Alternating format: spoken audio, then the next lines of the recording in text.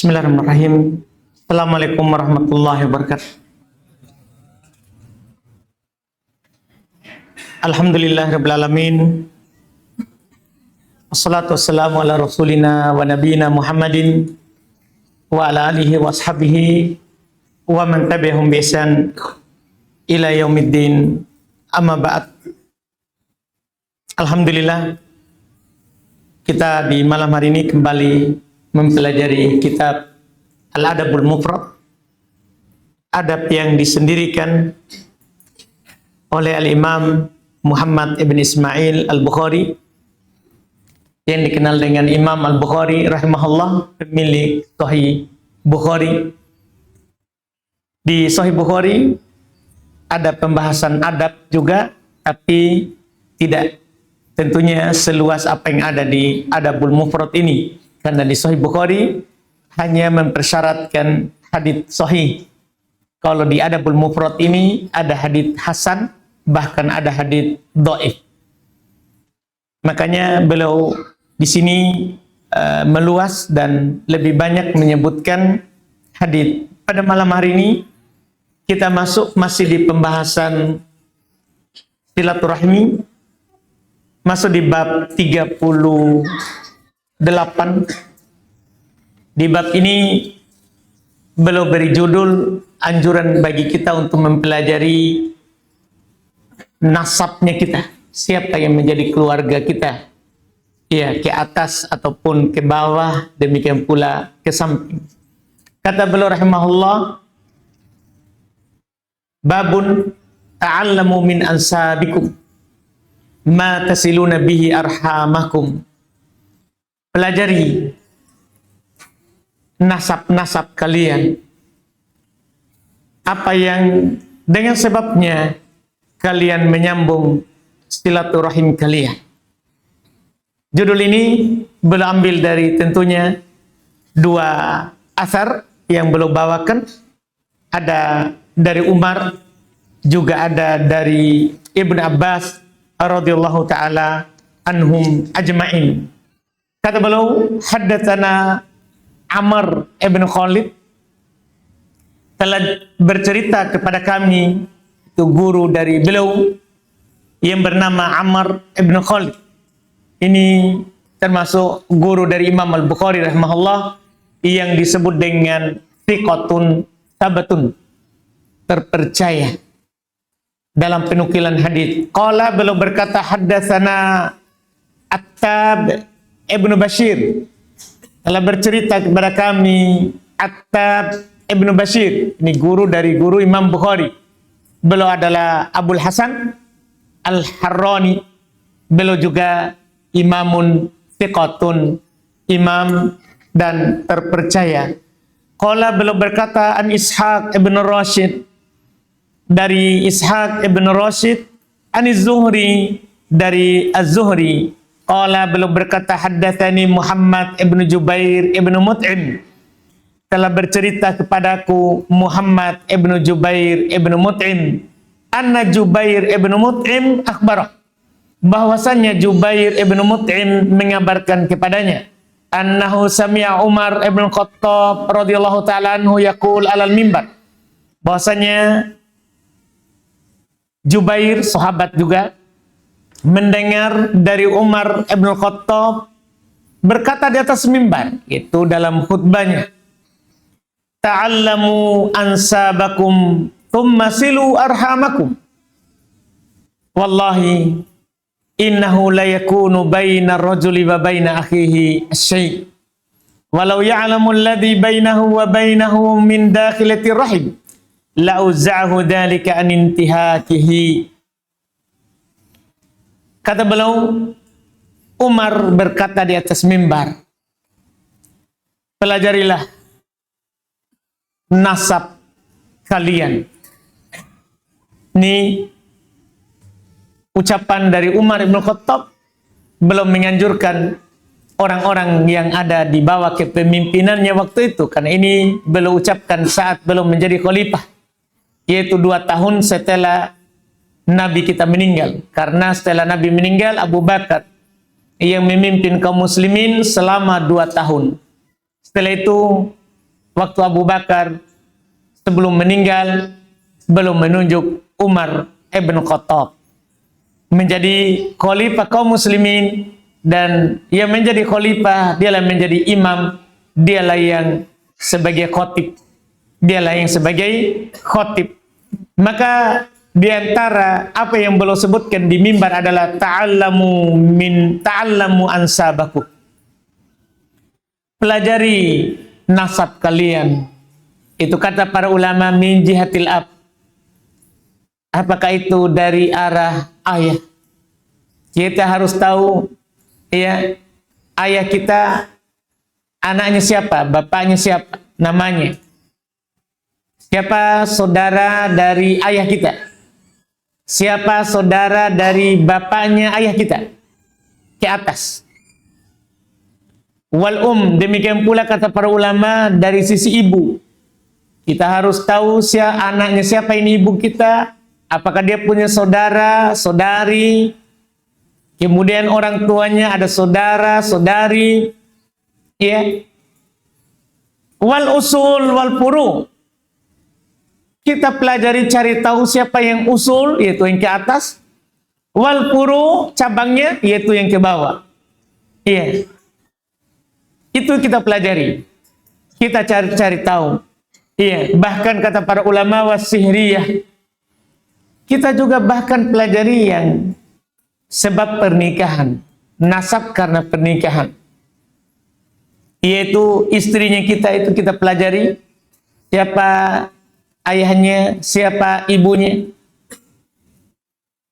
ayahnya punya saudara atau tidak, punya saudari atau tidak, ibunya lagi punya saudara atau tidak, punya saudari atau tidak, itu kita pelajari.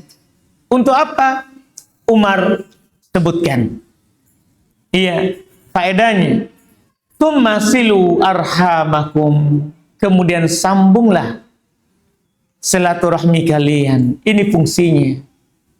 Karena ibadah menyambung silaturahmi adalah ibadah besar. Sudah lewat bersama kita. Dia menambah umur. Menambah rezeki. Iya. Menambah umur, menambah rezeki. Ini faedah dunia. Belum lagi faedah akhirat. Bahwa orang yang menyambung silaturahmi pasti masuk surga. Karena orang yang memutus silaturahmi adalah diancam tidak masuk surga. Sebagaimana yang telah lewat bersama kita. Nabi SAW katakan la yadkhulul jannata qati'. Tidak akan masuk surga orang yang memutus silaturahminya. Iya. Tidak akan masuk surga orang yang memutus silaturahminya. Makanya Umar perintahkan, pelajari siapa yang menjadi senasab dengan kalian. Bukan untuk merendahkan nasab, bukan pula untuk berbangga-bangga dengan nasab. Ini tidak boleh tentunya. Itu lain lagi.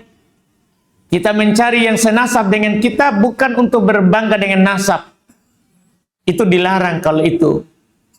Karena Nabi SAW mencela orang yang berbangga-bangga dengan nasabnya. Iya, mencela orang yang berbangga-bangga dengan nasabnya. Seperti hadits ketika Nabi SAW menyebutkan perkara jahiliyah, perkara yang diperangi dalam Islam, yang terjadi di masa jahiliyah sebelum keislaman, adalah kata beliau adalah al-fakhru bil ahsab, berbangga-bangga dengan nasab. Ini dicela. Demikian pula mencela nasab, ini juga dicela.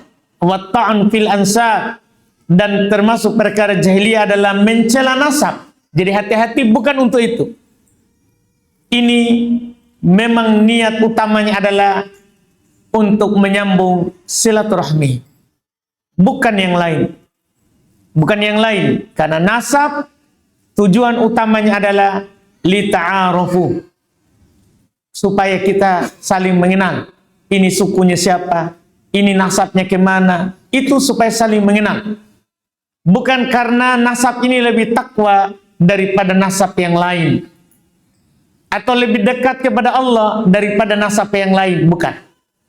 Ketika Allah Subhanahu wa taala menyebutkan di Quran, ya ayuhan nas inna khalaqnakum min dzakari wa untha Wa ja'alnakum syu'uban wa qabaila lita'arafu inna akramakum indallahi atqakum.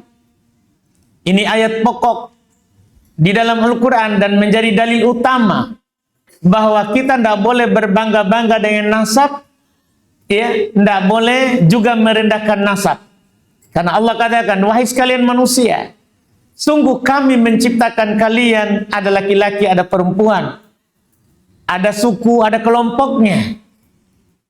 Untuk apa? Lita'arofu, supaya kalian saling kenal. Ini sukunya siapa, suku apa, ini kelompoknya apa, untuk saling mengenal. Inna akramakum indallahi atqakum. Ini setelahnya. Sungguh yang paling mulia di antara kalian adalah yang bertakwanya. Jadi suku apapun yang paling mulia takwa. Bukan lagi karena ras atau warna kulit. Bukan lagi itu. Bahkan bukan setahun sebenarnya ini, tahun terakhir Nabi hidup, yaitu di Haji Wada, di Haji Perpisahan. Nabi berkhutbah di Mina setelah wukuf di Arafah, bermalam di Muzdalifah, kemudian paginya ke Mina, kan berid, dan belum berkhutbah di Mina. Di antara isi khutbahnya, di tengah ribuan kaum muslimin, karena ini 2 tahun setelah Fatu Makkah, orang sudah berbondong-bondong masuk Islam di waktu itu. Karena setelah tahun ke-8 selesai, semua suku Arab masuk Islam. Iya, karena orang-orang di sekitar di suku Arab menanti kalau Muhammad menguasai Mekah, berarti dia yang benar. Karena belum ada sejarah orang bisa menguasai Ka'bah kecuali yang benar. Maka di tahun ke-8 Hijriah, Nabi menaklukkan Makkah tanpa perang. Walaupun belum masuk dengan tujuan perang, tapi kaum musyrikin dikagetkan oleh pasukan yang masuk dari berbagai macam arah, mereka menyerah. Ketika itu Nabi kembali ke Madinah. Tahun ke-9 Nabi tidak haji, tapi mengutus Abu Bakar dan Umar untuk haji, supaya diumumkan bahwa tahun depan Nabi mau haji. Tidak boleh lagi ada musyrik yang haji. Tidak boleh lagi orang yang tawaf telanjang. Karena dulu musyrik sebelum Islam tawaf telanjang. Kalau tidak bisa beli baju yang dijual oleh Quraisy Makkah. Dia tidak boleh bawa baju dari daerah untuk tawaf. Jadi kalau tidak punya sudah telanjang, laki-laki ataupun perempuan. Iya. Maka sebelum tahun Nabi berhaji, tahun ke-10, beliau utus Ali bin Abi Thalib dan Abu Bakar untuk mengumumkan bahwa tahun depan tidak boleh lagi ada musyrik haji. Hanya muslim saja. Tidak boleh lagi ada orang tawaf telanjang. Seorang harus pakai sarung dan rida. Dia menutup pundaknya, punggungnya. Laki-laki, kalau perempuan dia memakai pakaian lengkap, kecuali tidak boleh memakai cadar penutup wajah. Penutup wajah. Setelah pengumuman itu berhasil, maka tahun depannya Nabi berhaji. Itulah disebut dengan Haji Wada, Haji Perpisahan. Karena setelah itu Nabi tidak kembali lagi. Iya, Nabi tidak kembali lagi. Poinnya adalah khutbahnya. Ini singkat ceritanya. Iya, ini supaya sambung saja dan nyambung saja sedikit. Khutbahlah Nabi SAW di situ. Iya, karena Nabi SAW akan segera, sudah beliau sadari bahwa selesai tugas. Karena waktu di Arafah, di Mina tanggal 10, di Arafah berarti kemarinnya. Pas waktu itu hari Jumat. Jadi di Mina itu hari Sabtu. Kemarinnya hari Jumat, wukuf di Arafah. Turun ayat. Al-yawma akmaltu lakum dinakum. Wa atmamtu alaikum ni'mati. Wa raditu lakumul Islam madinah. Turun ini ayat. Pada hari ini, hari waktu itu, Nabi sedang wukuf di Arafah. Tanggal 9. Dhul Hijjah, hari Arafah, di tahun 10 Hijriah. Di tahun 10 Hijriah. Allah turunkan ini ayat, pada hari ini, saya telah sempurnakan untuk kalian agama kalian. sempurna. Berarti tidak ada lagi selain. Ini namanya qaribur rahil, sudah dekat Nabi pergi karena selesai tugas. Habis ajal. Maka disitulah beliau khutbah besoknya. Besoknya. Di antara isi khutbahnya panjang, tapi di antara isinya adalah belum menyeru manusia, ya ayuhan nas, la fadla li arabi ala ajami, wala ajami ala arabi, wala ahmar ala aswad, wala aswad ala ahmar, illa bitaqwa. Wahai sekalian manusia, pada hari ini, mulai hari ini tidak ada lagi kelebihan orang Arab di atas non-Arab. Sama saja mau Arab, non-Arab, tidak ada bedanya. Tidak ada lagi perbedaan antara yang berkulit putih dan berkulit hitam. Atas yang kulit hitam. Tidak ada lagi kebanggaan ras. Mau kulit hitam, kulit putih, sama saja. Tidak ada lagi keutamaan orang yang berkulit hitam atas yang berkulit putih. Kecuali dengan takwa. Takwa saja. Iya, apapun ras kita, warna kulit kita, kalau kita bertakwa kepada Allah, itulah yang utama. Iya, jadi ini semua kami sampaikan bahwa untuk mempelajari kitab cari nasab bukan untuk itu. Biar nasab tak apa, bahkan biar nasab tak adalah Habib, keturunan Nabi, perempuannya dibilang syarifah. Tidak ada. Jangankan kita keturunan 24. Keturunan pertama, Fatimah, langsung maminya Nabi. Nabi berkata kepadanya, "Ungkudi anfusaki minan nar. La ugni anki minallahi syai'a." Selamatkan dirimu dari neraka. Saya tidak bisa membantumu sedikit pun. Tidak ada itu nasab. Tidak ada nasab. Kalau ada orang berdalil dengan nasab bahwa dia berberkah sehingga celupan airnya berberkah, tidak ada itu, Pak. Tidak ada, hanya Nabi saja. Tidak sampai turun ke keturunan. Iya. Takwa yang membedakan kita. Kalau kita bertakwa, ya kita wali. Kalau kita lakukan perintah dan tinggalkan larangan, wali kita. Itulah takwa.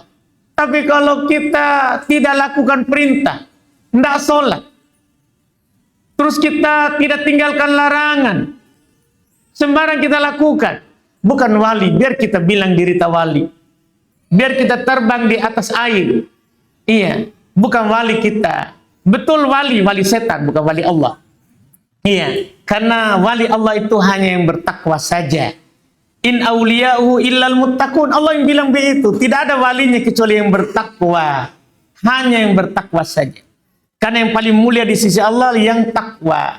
Ini yang harus kita pahami. Mempelajari nasab. Nasab bukan untuk berbangga-bangga. Bukan juga untuk merendahkan nasab lain. Lihat ucapan Umar. Tumma silu arhamakum. Kemudian setelah kalian tahu nasab kalian, ini adalah keluarga ternyata, maka setelah itu sambung silaturahimnya. Itu yang diinginkan. Cari nasab untuk menyambung silaturahmi. Karena Umar berkata, demi Allah, mungkin saja ada yang terjadi antara seorang dengan saudaranya sesuatu. Tapi kalau dia tahu apa yang ada di antaranya dan di antara saudaranya itu terkait dengan apa yang ada dalam menyambung silaturahmi tanpa melihat adanya perbedaan itu sedikit, perselisihan itu masalah memang ya dikesampingkan. Kalau dia tahu keutamaan menyambung silaturahmi, maka dia tentunya akan segera meninggalkan perselisihan dengan saudaranya dan kembali menyambung silaturahminya. Seandainya, kata Umar, seorang tahu apa yang ada dalam silaturahmi itu berupa kebaikan dan keutamaan. Alhamdulillah kita sudah banyak sekali membaca di buku ini masalah keutamaan menyambung silaturahmi. Beliau dukung juga dengan riwayat yang kedua, ucapan dari Ibn Abbas. Kata Imam Al-Bukhari rahimahullah, haddatsana Ahmad ibn Ya'qub. Telah bercerita kepada kami Ahmad ibn Ya'qub, ya Abu Ya'qub. Ya Abu Ya'qub Al-Mas'udi. Beliau adalah thiqatun, guru dari Imam Al-Bukhari, ya, yang terpercaya. Dan ini termasuk keanehan ini ya. Biasanya orang bernama kemudian berkunyah dengan kunyah anaknya. Iya, abunya itu pakai nama anaknya. Tapi ini Ahmad, guru dari Imam Bukhari, nama bapaknya Ya'qub. Tapi dia dipanggil dengan Abu Ya'qub. Berkunyah dengan nama ayahnya. Berkunyah dengan nama ayahnya. Iya, Ahmad ibn Ya'qub, Abu Ya'qub, beliau Al-Mas'udi rahimahullahu ta'ala, guru dari Imam Al-Bukhari. Qala, beliau berkata, akhbarani Ishaq ibn Sa'id ibn Amr. Telah bercerita kepada kami Ishaq ibn Sa'id ibn Amr, yaitu guru dari guru Imam Al-Bukhari rahimahullah. Beliau adalah Ishaq ibn Sa'id ibn Amr ibn Sa'id ibn Al-As. Ia juga rawi yang terpercaya. Qala, beliau berkata, annahu sami'a abahu yuhadits. Bahwasanya dia mendengar ayahnya menyampaikan hadits. Ini kehidupan orang dulu ya. Ayah sampaikan hadits ke anaknya. Ya, pokoknya ada masalah, mereka selalu bertanya. Seorang anak tanya, ini ada terjadi begini, gimana dulu di masa Nabi? Begitu. Iya, seperti seorang tabi'in, ia pernah bertanya terkait dengan kehidupan Nabi SAW, apakah selalu kunut subuh? Itu yang pernah saya baca terkait dengan kunut subuh. Dalam riwayat Imam Ahmad. Iya, dalam riwayat Imam Ahmad. Ayahnya bilang, Nabi tidak pernah kunut subuh. Iya. Anaknya juga bertanya, kalau Abu Bakar gimana? Umar gimana? Kalau Ali di sini, kamu kan di sini juga di Kufa bersama Ali 4 tahun. Apakah dia kunut juga? Maka ayahnya langsung bilang, wahai bunai, itu perkara baru. Nabi tidak pernah kunut subuh. Kunut subuh ya, kunut subuh kita bahas, bukan kunut witir, bukan kunut nazilah. Kalau kunut nazilah dilakukan oleh Nabi, kunut witir Nabi juga ajarkan doanya kepada cucunya. Ini yang kita bahas adalah kunut subuh. Nah, ini sebagai faedah saja. Dulu rumah orang kalau tanya sesuatu bukan tanya gimana pendapat. Tanya sesuatu itu tanya gimana dalil, apa dalilnya? Apakah ada hadis dari Nabi? Begitu bagus. Karena enak kita berbicara kalau seperti itu. Tapi kalau kita mulai, kalau Imam Syafi'i gimana? Ini susah ini. Seakan-akan Imam Syafi'i adalah Nabi. Itu kan masalah. Itu masalahnya kita. Kalau orang dulu tanya, gimana dulu? Sama dengan sahabat dalam Bukhari Muslim. Ya, gimana dulu orang mengatur kehamilan? Kalau tidak mau hamil istrinya. Ya, kalau tidak mau hamil istrinya. Kalau masalah mengatur hamil anak, jarak, bukan hanya masa kita sekarang. Orang dulu juga. Kita kira orang dulu pokoknya yang penting gas terus. Enggak. Mereka juga atur. Maka mereka katakan kunna na'zil wal Qur'an yanzil. Nah, ini dia cara menjawab mereka. Dulu kami buang sperma di luar sementara Quran turun. Artinya kami melakukan itu, Quran tidak larang. Berarti boleh. Itu. Jadi mereka menjawab, menisbatkan kepada zamannya Nabi. Nah, ini baru enak kita berdiskusi dan berbicara karena kembali ke wahyu. Karena kembali ke wahyu. Ini contoh kasus. Ini ada seorang anak, ya, mendengar ayahnya sampaikan hadits an Ibn Abbas. Dari Ibn Abbas, qala, beliau berkata, ihfadu ansabakum. Semakna sebenarnya, tapi ini beda sedikit. Kalau Umar, pelajari nasab. Cari tahu siapa nasab kalian. Kalau ini Ibn Abbas, ihfadu ansabakum, jaga nasab kalian. Disuruh jaga. Iya, jaga nasab kalian. Hafal nasabnya, siapa keluarga. Hafal nasabnya. tasilu arhamakum, sama dengannya kalian sambung silaturahmi kalian. Fa innahu la bu'da birrahimi idza qarubat. Sungguh tidak ada yang jauh setelah rahim itu kalau dia dekat. Tidak ada yang jauh, biar jauh rumahnya, tapi kalau nasab tak dekat, itu dekat. Biar rumahnya jauh.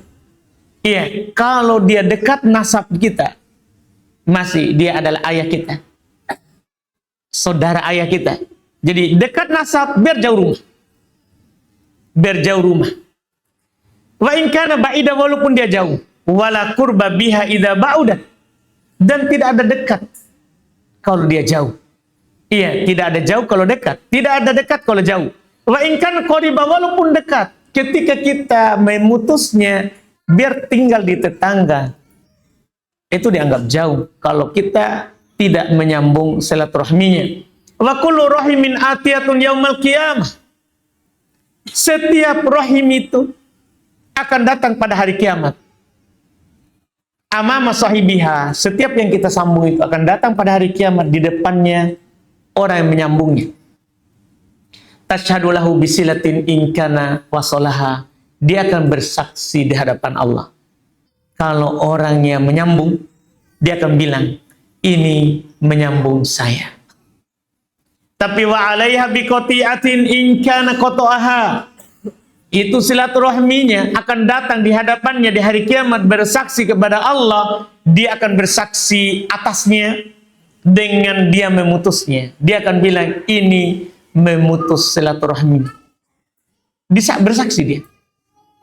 Karena kita pahami bersama, alhamdulillah, bahwa seluruhnya akan bersaksi untuk kita atau atas kita pada hari kiamat. Untuk kita, maksudnya kalau kebaikan. Atas kita, kalau keburukan. Karena di hari kiamat, semuanya akan berbicara. Biar ini tangan, kaki, bahkan yauma idzin tuhadditsu akbaroha. Pada hari itu bumi ini akan menceritakan beritanya. Dia akan kasih tahu Allah bahwa dia pernah duduk di sini, pernah jalan ke sini, semua. Iya, akan dia ceritakan kepada Allah. Jangankan rahmi, tali silaturahmi memang yang diperintahkan untuk disambung. Bumi saja akan bercerita. Akan bercerita tentang apa yang kita lakukan di atasnya dan apa yang kita lakukan terhadapnya terkait dengan silaturahmi ini. Maka ini adalah sebagai faedah terakhir, dorongan besar untuk kita untuk kembali mencari nasab. Kita tanya ayah kita, ibu kita, iya, siapa yang menjadi keluarga, siapa saudaranya, siapa ini. Tanya. Iya. Untuk apa? Untuk kita sambung, supaya kita mendapatkan keutamaan yang disebutkan. Alhamdulillah, kita cukupkan dulu. InsyaAllah kita lanjut lagi di berikutnya, bab setelahnya. Alhamdulillah. Kita masuk di sini, pertanyaan. Ustaz, di depan rumah saya ada perempuan menyerupai laki-laki di kos. Apa yang harus saya lakukan, Ustaz? Bahaya kita ini. Karena hadits yang mengatakan, kalau kamu melihat kemungkaran, rubahlah, lanjutkan ke. Salah ini kita potong. Maksudnya jangan sampai kita rubahlah, maksudnya mau ubah kelaminnya. Iya, atau bagaimana? Enggak. Lanjutkan hadits. Hadits Abu Sa'id Al-Khudri kan yang kita isyaratkan ini. Man ra'a minkum munkaron falyughayyirhu biyadihi. Siapa di antara kita melihat kemungkaran, ubah dengan tangan. Kalau bisa. Fa illam yastati, kalau tidak bisa. Karena ubah dengan tangan itu haknya pemerintah, bukan kita. Tidak ada hak untuk ubah dengan tangan. Kalau terkait dengan orang lain atau haknya orang. Kalau tidak bisa, fabilisani, maka dia cukup dengan lisannya. Dia kasih tahu. Nabi melaknat laki-laki yang menyerupai perempuan. Kasih tahu. Di hadits Bukhari Muslim. La'anallahu, Allah melaknat al-mutasyabbihina minar rijali bin nisa, orang para laki-laki yang menyerupai perempuan. Dilaknat pelakunya, jauh dari rahmat. Iya, demikian pula sebaliknya. Dia sampaikan itu hadis. Sampaikan itu hadis dengan lisan. Jika diterima alhamdulillah, jika tidak maka tahap terakhir. Wa man lam yastati fa biqalbi. Siapa yang tidak mampu maka cukup dia ingkari dengan hatinya. Wa dzalika adhaful iman. Itulah keimanan yang paling rendahnya. Maksudnya pengingkaran kemungkaran yang paling rendah adalah dengan hati. Karena kapan kita ridho, maka orang yang ridho sama dengan pelaku langsung. Orang yang ridho sama dengan pelaku langsung. Itu yang kita lakukan dengan apa yang kita lihat itu di depan. Wallahualam. Ustaz, apa hukumnya menghina nasab orang dan termasuk dosa besar atau kecil? Mohon penjelasannya Ustaz. Tadi kita sudah isyaratkan bahwa menghina nasab masuk perkara jahiliyah dan itu dosa besar. Menghina nasab dosa besar. Iya. Menghina nasab itu adalah dosa besar. Iya. Dari hukum Islam. Banyak dalil-dalilnya. Karena cukup bukti sebagai dosa besar itu disandarkan kepada perkara jahiliyah. Ketika Nabi menyebutkan arba'un min umuril jahiliyah, ada 4 perkara dari perkara jahiliyah yang ada di umatnya, yang masih ada di umatnya di tengah manusia. Itu tentunya karena kebodohan mereka terhadap syariat Islam atau kurang paham terkait dengan manusia. Kan manusia itu kan semua dari Adam. Adam dari tanah, berarti sama. Berarti sama. Ini muncul karena kebodohan saja. Ketika Nabi menyebutkan diantaranya adalah at-ta'an fil ansab, mencela nasab. Itu perkara jahiliyah dan itu dosa besar. Wallahualam. Ustaz, hukum dokter spesialis bedah kandungan bagi laki-laki karena harus bersentuhan atau melakukan kontak langsung pada pasien yang hamil. Kalau kita belum, jangan. Kalau baru mau kita bertanya ini karena mau pilih jurusan, maka iya sabar. Kalau kita baru mau ini, kita baru dokter umum kemudian mau ambil itu, jangan diambil, ambil yang lain. Iya, cari yang lain. Jangan berhubungan nanti baru setelah itu baru kita bilang darurat ini Ustaz. Kan begitu. Jadi kalau kita belum ambil, jangan diambil. Karena seorang harus meninggalkan apa yang membuat dia ragu kemudian hari. Iya, tidak boleh. Tapi kalau kita sudah, memang keahlian tak itu. Memang keahlian tak itu. Dan tidak ada orang lain kecuali kita yang bisa melakukannya. Lakukan. Karena penjagaan terhadap nyawa lebih utama. Lebih besar kewajibannya daripada kita masuk dalam pelanggaran menyentuh yang bukan mahram. Iya, menyentuh yang bukan mahram. Jadi kalau memang seperti itu, tidak ada orang lain kecuali kita ini. Iya, ada tapi orang baru belajar semua. Kita orang pengalaman di situ, memang ahlinya di bidang itu. Lakukan karena hajat namanya. Jangan bilang karena darurat, Pak. Jangan bilang karena darurat. Karena darurat itu kalau memang tidak ada jalan lain yang bisa kita pilih. Kita masukkan dia di hajat. Karena dibutuhkan waktu itu. Karena dibutuhkan waktu itu. Itu dalilnya. Itu dalilnya. Karena dibutuhkan. Ingat, sengaja saya bilang karena dibutuhkan. Karena kalau hanya sekedar tahsiniyat, sebenarnya tidak terlalu dibutuhkan. Cuman masih banyak dokter. Cuman dia ke situ sengaja pilih laki-laki. Hanya sekedar tahsiniyat. Bukan hal yang hajat darurat ke situ. Ini tidak boleh. Ini tidak boleh. Dokternya harus bilang, kalau masalah itu ke sana saja, ada di sana dokter perempuan lebih bagus. Dia arahkan. Nanti yang tidak bisa dilakukan oleh perempuan, itu namanya hajat. Itu namanya hajat. Ini kalau kita dimaafkan jika memang seperti itu, wallahu a'lam. Sudah?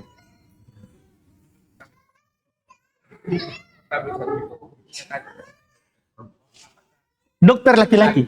Apakah sama dengan ketika seorang tersedak dalam keadaan Wah, tersedak?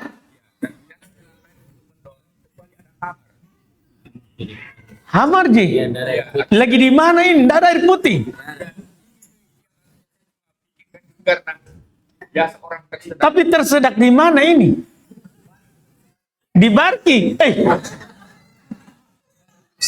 Anu Tom dan lain-lain. Tersedak di bar. Anggap ya. Anggap ya. Ini dalala ini berhayal. Ini namanya hayalan ahli fikih. Iya. Jadi sebenarnya tidak terjadi ini. Mau di mana tersedak tidak ada air. Kan begitu. Tapi namanya juga hayalan. Iya, ahli fikih namanya ini.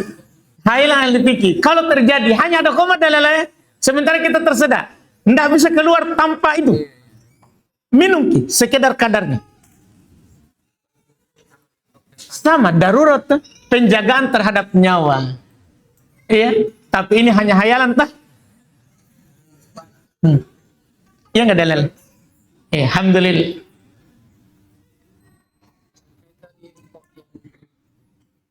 Nasab. Kalau kita belajar nasab, ternyata kita sudah tahu di nasab keluarga kita, apa kita mengunjunginya atau bagaimana? Yang jauh. Sesuai kemampuan. Setelah itu kan, setelah kita tahu kita punya nasab itu, maka cara menyambungnya sesuai kemampuan. Karena memang secara umum semua syariat itu, ketika kita diperintahkan sesuatu, kita lakukan sesuai kemampuan. Kalau kemampuan tak pergi ke sana, pergi.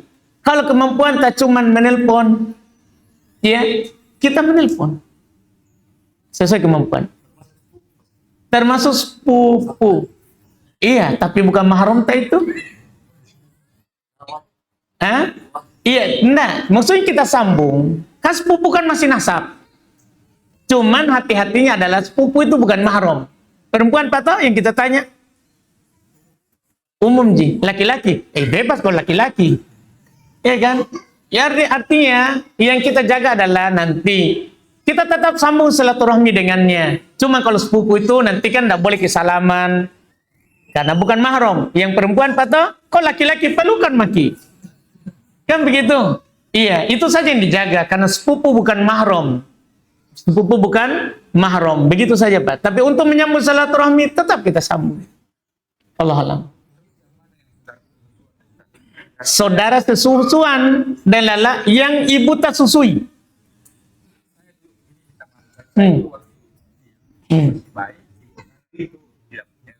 Tidak punya air susu.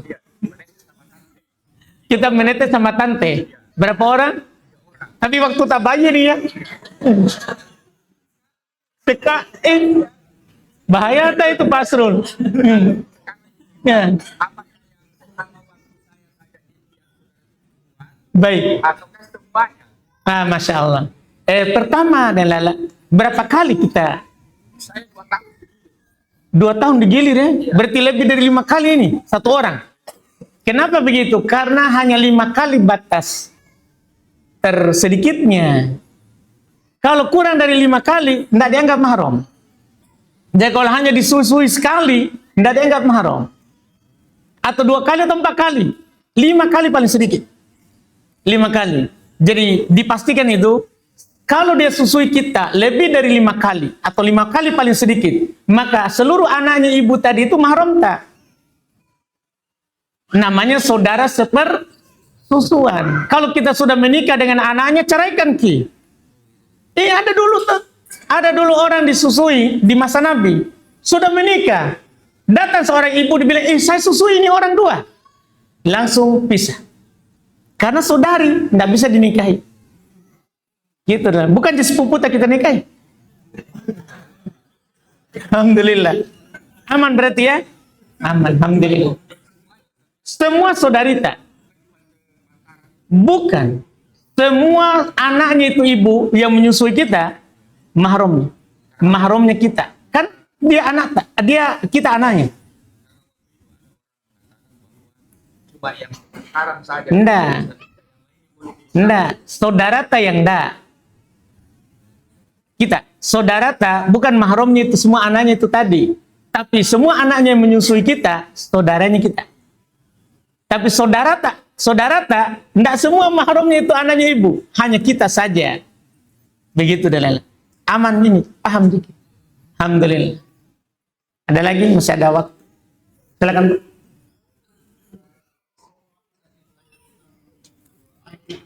Ya. 2 ayat.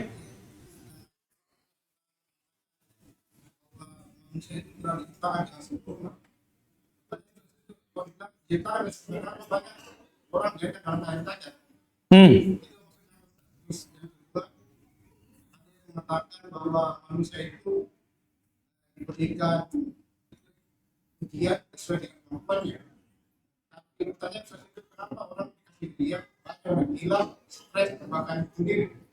Kira apa? Baik, Pak. Berat kehidupan ini, Pak. Ya.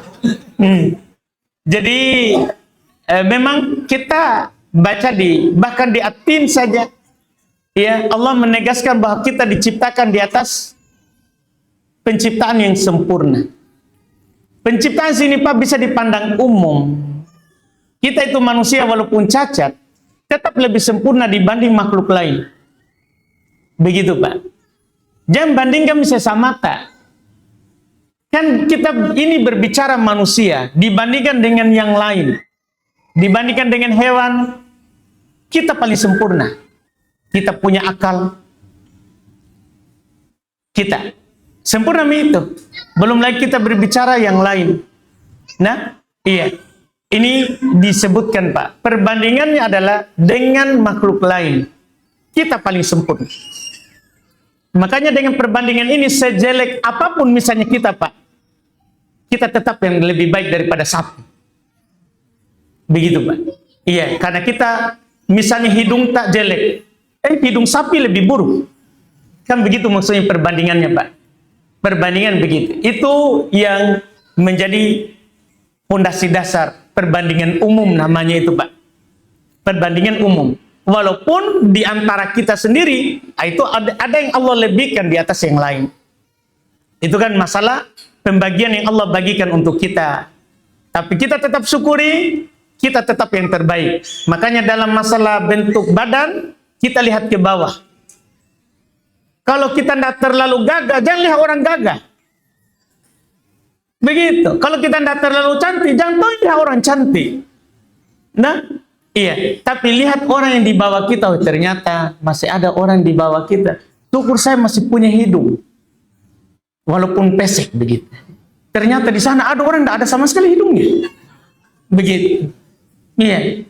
Kan begitu, Pak. Itu kalau masalah itu. Allah yang melebihkan sebagian di atas sebagian lain. Kalau ada yang lahir cacat yang kita sebutkan tadi, itu ujian, Mbak, namanya. Ujian bagi orang tuanya atau ujian bagi dia sendiri. Itu namanya ujian.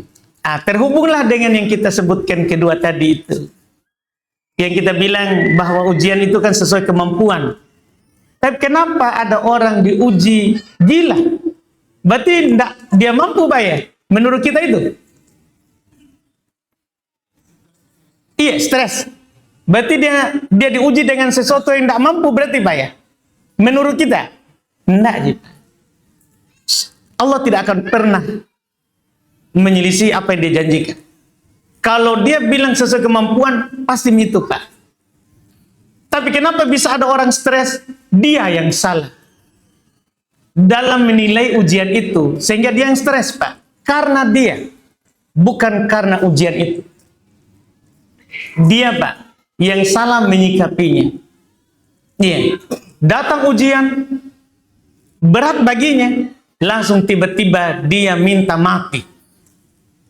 Dia bahkan bunuh diri. Siapa yang salah? Orangnya, Pak. Karena kenapa? Nabi kan sudah ingatkan. La yatamannayanna ahadukumul maut. La yatamannayanna ahadukumul maut lidurrin nazalabih. Jangan sekali-sekali salah seorang dari kalian mengharap mati kalau ada doror musibah yang menimpanya. Kan sudah diingatkan. Sekarang dia mengharap mati, bahkan dia gantung diri. Berarti yang salah siapa, Pak? Syariat sudah ingatkan. Padahal ujian itu pasti dia mampu lewati. Cuman dia sendiri yang mengharap mati. Begitu, Pak. Orangnya, Pak, yang salah menyikapi ujian. Iya, karena ujian pasti baik dan sesuai kemampuan kita. Begitu, Pak. Wallahualam. Katanya cukup, alhamdulillah. Mudah-mudahan bermanfaat. Insya Allah kita lanjutkan lagi cuma akan datang. Subhanallah. Assalamualaikum warahmatullahi wabarakatuh.